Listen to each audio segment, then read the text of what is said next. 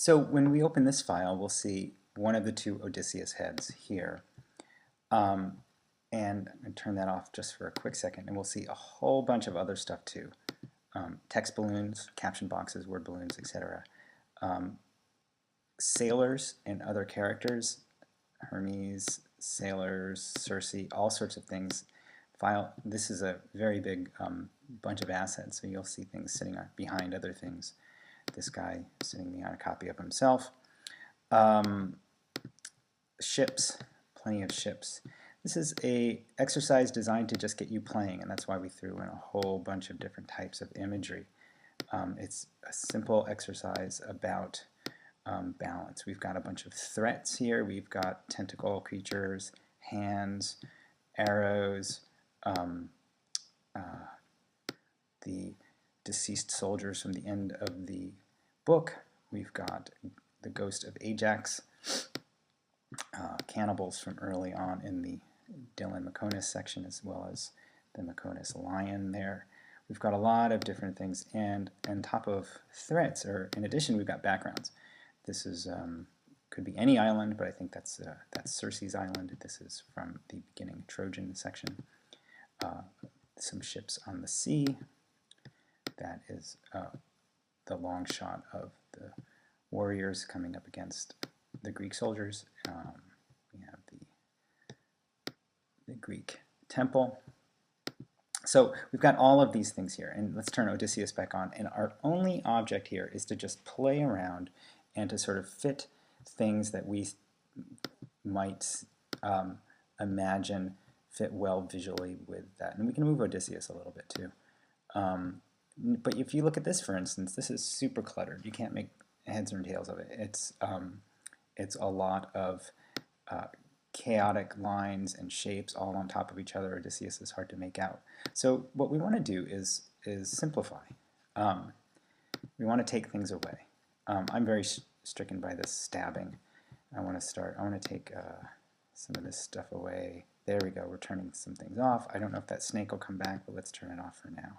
This hand, we have just a part of that hand, but it's pretty striking. I'll put it down in this corner where it seems to fit pretty well. I like these arrows a lot. In fact, I bet, let's turn that lion off. I bet if we did nothing but those arrows, it would look pretty striking. Let's turn off the tentacle. Let's turn off this cannibal. Let's turn off this hand. And let's see if we can move those arrows. You know, oh, that's really great. This is really an intuitive process, and it is, as I said, designed to be play. From where I'm standing, that's quite beautifully balanced with the larger, darker, profound head of Odysseus here, and just these other elements sort of balancing him out. That's, I think, to my eye, and again, this is very subjective, and everybody's going to have a different opinion, but that's a very striking image. But let's take the arrows out, which take up a lot of room. Other people might want to go for something much more full. I think this is probably hard to fit in there without getting too busy, the C, but with your editing software, you can start to shrink things if you have the particular software that works that way, or even move things a little bit. Let's see if we can get Odysseus in there. Oh, I think I locked him. Our hands, I'm going to get that hand out of there. I'm going to see what other kinds of things are floating in this sailor